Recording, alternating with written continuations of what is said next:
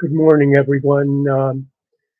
I'm going to make a short video here for your viewing pleasure. Right now I'm on live, and this video is about something called Archimedes principle, but I would like to call it Archimedes hypothesis just to emphasize the fact that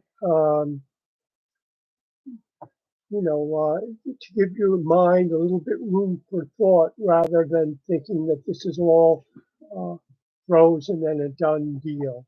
We'll call it Archimedes hypothesis.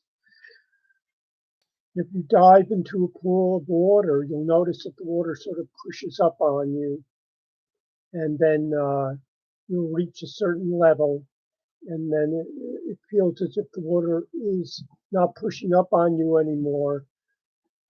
But actually what is happening is that your weight is being balanced by the upward push of the water, and the two equal out, and finally you stop going up or going down. You just kind of sit with your head above the water and you feel comfortable.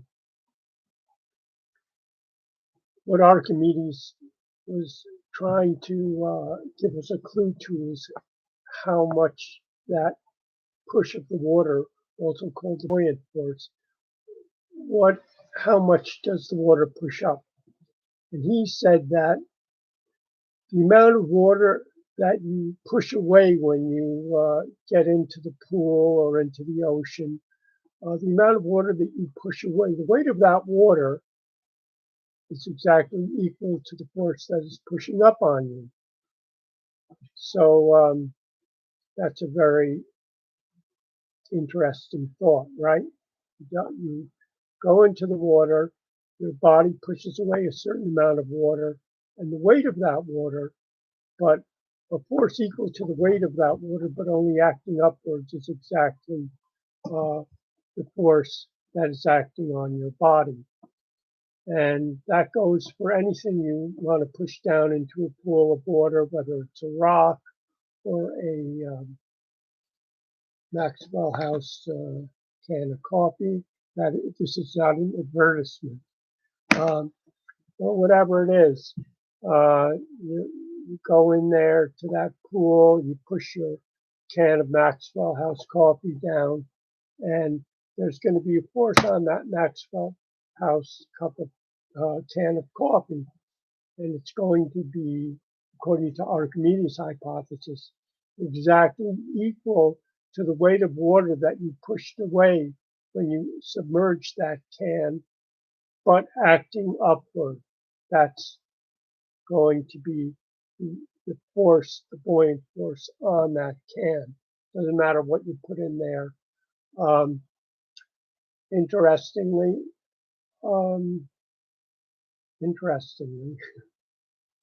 air was also began to be thought of as a fluid like water around the 1500s, when different researchers gave it a little more thought. People like Blaise Pascal and a few other researchers whose names I forget. One guy was an Italian guy who invented the barometer. Whatever it is, quite a few people realized that that air is also a fluid like water, but much less dense. So the same thing is going to happen. Excuse me, we're all already submerged in this kind of ocean of air, this fluid of air.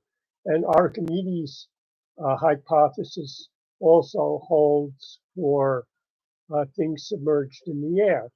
The amount of air we have pushed away by our presence in the air, the weight of the air that we have pushed away by our presence in the air is, but acting upwards is exactly equal to the buoyant force of the air. So according to this Maxwell House can is submerged in air. It has pushed away a certain amount of air to be in the air, and that air is going to act like a buoyant force in the water, but in the air, and is acting on this can now, trying to push it up. And that pushing up force is exactly equal to the amount of air it has pushed away by its existence. So how come this can still falls? Because the weight of the can is much greater than the weight of air that it has pushed away, um, which is the force acting upward on this. So air is much less dense than this, and so this thing falls. But this buoyant force of air still does have an appreciable effect on this can and on everything that can be measured. And we're going to use this property and this scale in our next video to measure the density of air. Air is a very kind of light substance. You would think it's kind of hard to measure its density because it's so light, but we're actually going to use this Archimedes hypothesis to measure the weight of this air, plus using this scale. So as I said, we're going to start to use this scale for interesting things, and that's going to be our next, let's call it experiment, to measure the density of air. So I recommend you listen to the next video if you can't hear it live.